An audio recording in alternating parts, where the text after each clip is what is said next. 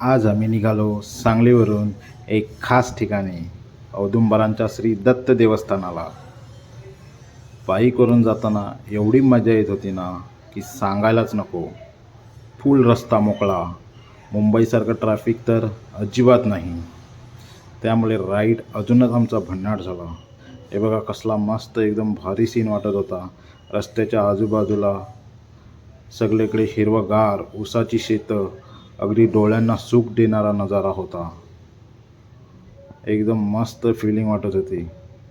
शेवटी अखेर आम्ही पोचलो मंदिराच्या गेटपाशी. गेट इतकं सुंदर होतं की एंट्री घेतानाच आमची वेब बदलली. बाईक पार करून एक सेल्फी तर बनतच होती आणि बाजूलाच कृष्णा नदी मंदिराच्या शेजारीच होती. तो रम्य देखावा म्हणजे अगदी मनात साठवून ठेवण्यासारखा होता. दुकानंसुद्धा खूप होती तिकडे. हे बघा कसला रम्य देखावा आहे. मग आम्ही दर्शन घेण्यासाठी आतमध्ये गेलो.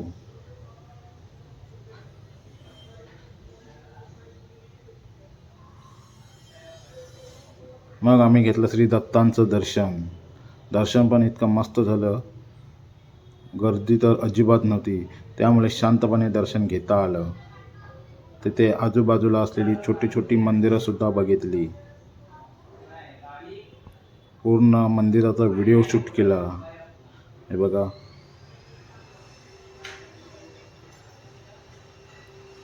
बाजूला असलेली छोटी छोटी मंदिरंसुद्धा बघितली आणि त्यांचंसुद्धा दर्शन घेतलं.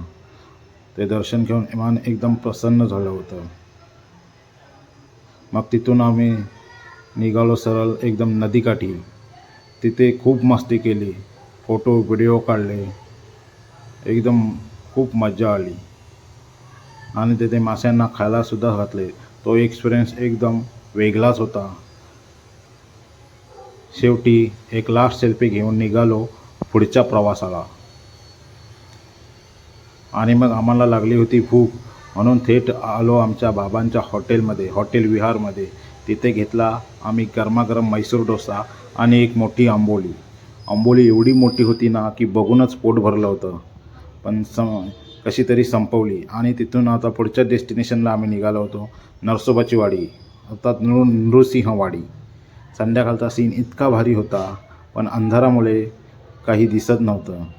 तिथे पोचल्यावर पुन्हा आम्ही एक सेल्फी आणि एक व्हिडिओ काढला. आणि काय सांगू, तिथेसुद्धा खूप दुकानं, खूप गर्दी, फुल वेब्स होता. तिथेसुद्धा सेम तिकडच्यासारखंच होतं. मंदिराजवळसुद्धा खूप नदी होती.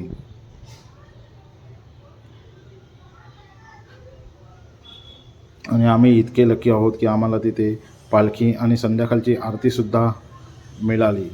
मन अगदी एकदम आमचं प्रसन्न झालं. शेवटी आतमध्ये आत जाऊन आम्ही दर्शन घेतलं, पण तिथे व्हिडिओ काढायला बंदी असल्यामुळे जास्त शूट करता आलं नाही. बघा कसली खूप गर्दी, एकदम फुल क्राऊड होता.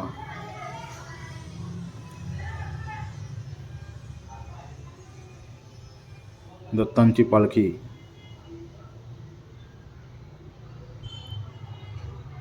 तिथून मग आम्ही निघालो परतीच्या प्रवासाला.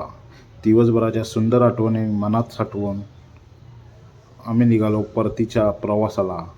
खरंच असा दिवस रोज यायला हवा.